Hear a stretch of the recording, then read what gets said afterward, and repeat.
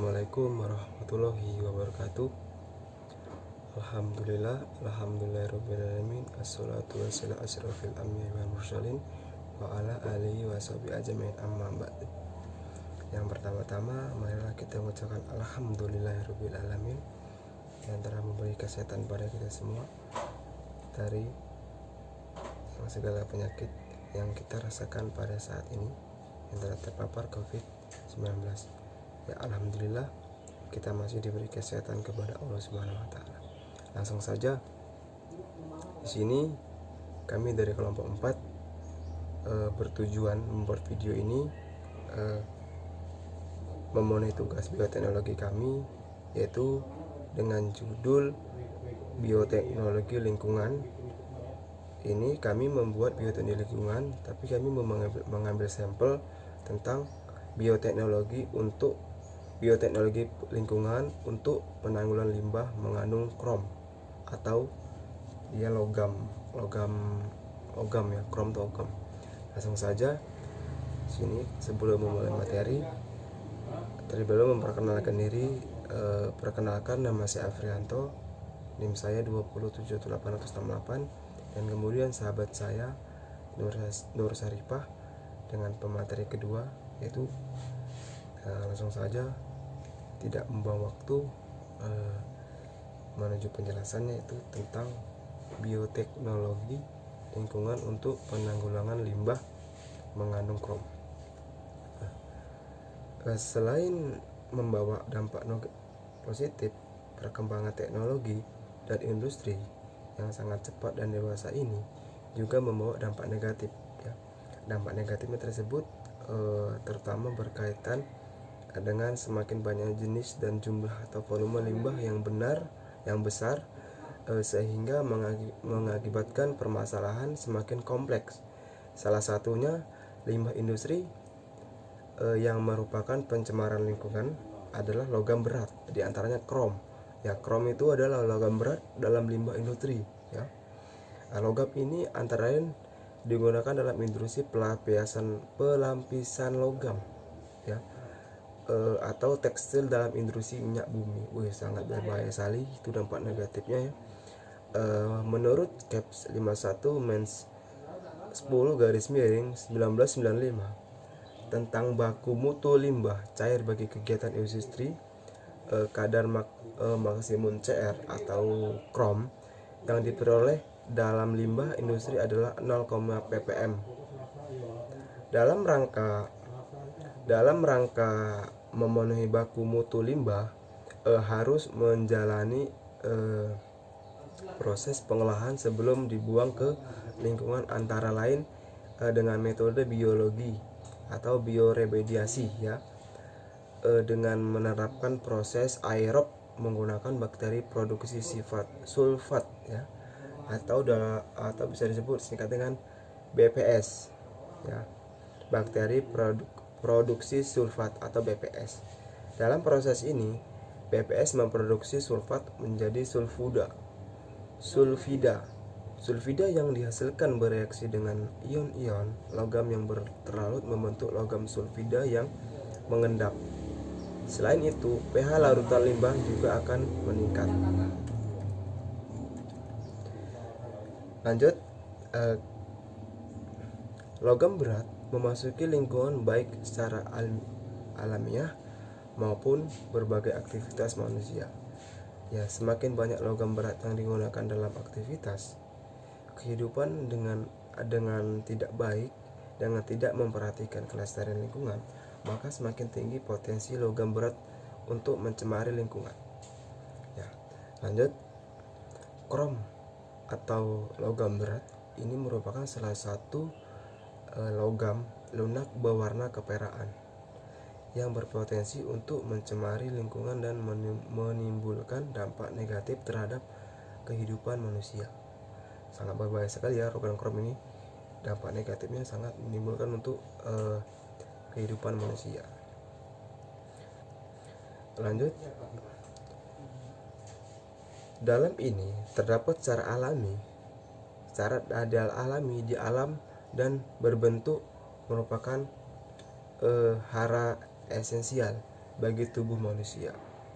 Atom Cr atau krom dan Cr merupakan hasil dari proses industri. Logam krom atau Cr dalam bentuk Cr kuadrat digunakan untuk pembuatan baja, sedangkan Cr 6+ itu digunakan untuk pelampiasan logam. Cr plus 3 merupakan hara esensial yang membantu metabolisme gula, potensi yang lemah, namun bila terkomunikasi dalam jumlah berkelebihan akan berbahaya bagi tubuh. Sangat berbahaya sekali ya. Apabila melebihi kapasitas, ibarat kamu lebih kapasitas, itu sangat melebihi tubuh ya. Sehingga apabila kita menghirup krom 6+ itu dalam jumlah berlebihan dapat menyebabkan iritasi hidung ya. Hidung berdarah, dan itu dapat menyebabkan hidung berdarah, kemudian gangguan perut dan radang, gagal ginjal, kerusakan hati, pada akhirnya menyebabkan kematian. Sangat berbahaya sekali ya, ini bisa menyebabkan kematian. Langsung di sini ada logam berat dan berputarnya dalam ekosistem. Kita lihat sama-sama ya. Langsung saja. Lanjut, limbah yang mengandung logam berat perlu didoteifikasi terlebih dahulu sebelum dibuang ke lingkungan. Pengolahan limbah secara umum dikelompokkan ke dalam metode fisik, kimia, atau biologi.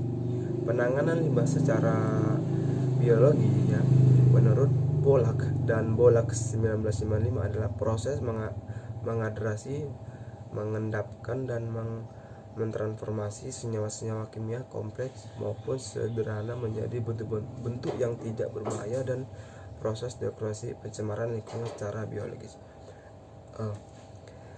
Salah satunya agen yang dapat digunakan dalam proses pengolahan limbah secara biologis adalah bakteri produksi sulfat atau BPS. BPS ini misalnya genus Desulfoviro,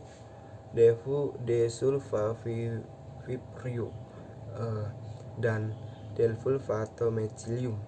Dalam kondisi anaerob akan mereduksi sulfat dan memproduksi sulfida yang akan mereaksi dengan logam berbentuk logam sulfida yang mengendap ya.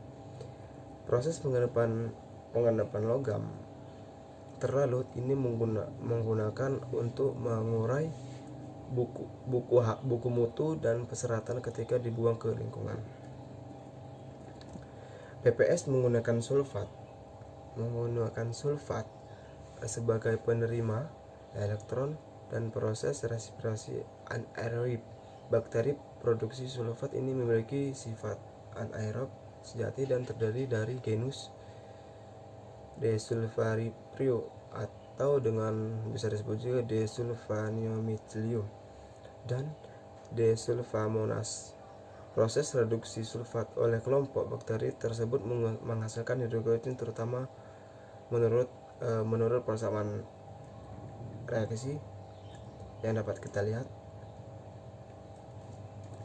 BPS dapat tumbuh baik menggunakan donor elektron berupa laktat atau senyawa-senyawa hidrogen sulfat yang dihasilkan akan bereaksi dengan ion-ion logam terlarut untuk membentuk sulfida logam yang tidak larut sesuai reaksi yang dapat kita lihat. Baik, lanjut. BPS yang digunakan dalam penelitian ini adalah isolat hasil isolasi dalam ekosistem air hitam, atau yang bisa diambil atau dari yang bisa dilihat dari Kalimantan Tengah atau Sandi ICBB 1204. Isolat tersebut merupakan BPS dengan spesies Desulfotomethilium aureus dengan karakteristik yang telah diamati bersifat gram negatif yang berbentuk batang, berpasangan dan membentuk agregat motil dan hanya tumbuh pada kondisi anaerob. Sekian materi yang saya jelaskan, akan dilanjutkan oleh sahabat saya yaitu Nur Saripah. Baiklah, di sini saya akan melanjutkan penjelasan dari Aprianto. Nah, di sini saya Nur Saripah akan menjelaskan bahan dan metodenya. Di sini dia itu menggunakan rancangan acak lengkap. Nah, percobaannya itu dengan dua sumber limbah, yaitu limbah yang berasal dari industri pelapisan logam dan industri minyak dan gas bumi. Nah, percobaan pertamanya itu yaitu derajat kemasan pH-nya itu diatur mendekati 1 dengan H2SO4, sedangkan CR-nya itu diatur mencapai 100 ppm. Nah, percobaan keduanya itu industri minyak dan gas bumi dari PT Pico, yaitu tidak dilakukan pengaturan konsentrasi CR dalam limbah. Nah, pH awalnya itu yaitu 1, 3, dan 7. Nah, kemampuan dari bakteri Desulfotomaculum orientis atau ICBB 1204 dalam menurunkan kandungan CR dalam limbah dan meningkatkan pH yang kita uji. Nah, percobaan itu yaitu dilakukan selama 30 hari dan CR yang dianalisis itu setiap 5 hari itu yaitu harus menggunakan AS. Adapun hasil dan pembahasannya yaitu bakteri yang diberikan mengalami paselek selama 10 hari. Setelah paselek ini dilampaui, penurunan CR itu berlangsung sangat cepat, yaitu dengan total sebanyak 92,7% selama 30 hari. Nah, kandungan CR diperkirakan akan di bawah 1 ppm bila inkubasi itu dilanjutkan. Ini merupakan gambarnya. Selanjutnya, selama proses penurunan CR di dalam larutan, sebaliknya terjadi peningkatan pH dari pH awal yaitu 1,29, yaitu akan berubah menjadi netral yaitu 6,95 pada inkubasi. Nah, ini merupakan gambarnya. Komposisi perlakuan pada tiap tabung reaksi dengan perbandingan 5:4:1 untuk limbah banding media banding BPS. Nah, inkubasi itu dilakukan pada pH 1, 3, dan 7 selama 20 hari dengan hasil terbaiknya itu pada pH ketiga. Nah, indikasi adanya pertumbuhan BPS yaitu adalah perubahan pada tabung reaksi yang berisi media dari jernih menjadi hitam pekat. Nah, sebagai akibat pembentukan sulfida logam. Nah, pada percobaan ini itu merupakan ikatan CRS yang berbentuk kerak hitam pada dinding dan dasar dari tabung reaksi. Sedangkan air medianya itu tetap berwarna jernih. Nah, ini ada merupakan gambarnya. Selanjutnya, pada pH 3 terjadi pertumbuhan BPS dengan waktu tercepat yaitu 10-15 hari. Nah, sedangkan pada pH 1 dan 7 itu tidak terjadi pertumbuhan BPS atau pertumbuhannya itu sangat lambat yaitu lebih dari 20 hari. Nah, penurunan konsentrasi CR itu secara kenaikannya itu limbah itu hasil eksplorasi minyak dan gas bumi dari PT Pico ini yaitu telah diinkubasi selama 20 hari. Nah, ini merupakan tabelnya. Inkubasi selama 20 hari itu yaitu menunjukkan penurunan CR yang sangat signifikan dari 6,54 menjadi 6,76, yaitu dari 0,09 menjadi 0,09. Maaf ya, tadi 0,08 menjadi 0,09. Nah, dan yaitu telah berada di bawah nilai baku mutu dari air limbah CR ini yaitu kurang dari 0,5 ppm, sehingga dia itu aman dibuang ke lingkungan.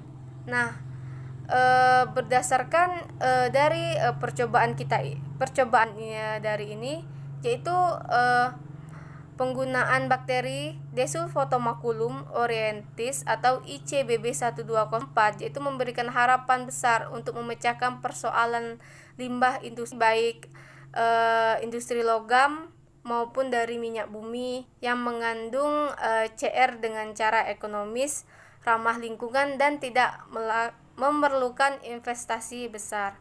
Nah, sekian yang dapat kelompok kami sampaikan. Lebih kurangnya kami mohon maaf. Kami akhiri. Wabillahi taufiq wa hidayah. Wassalamualaikum warahmatullahi wabarakatuh.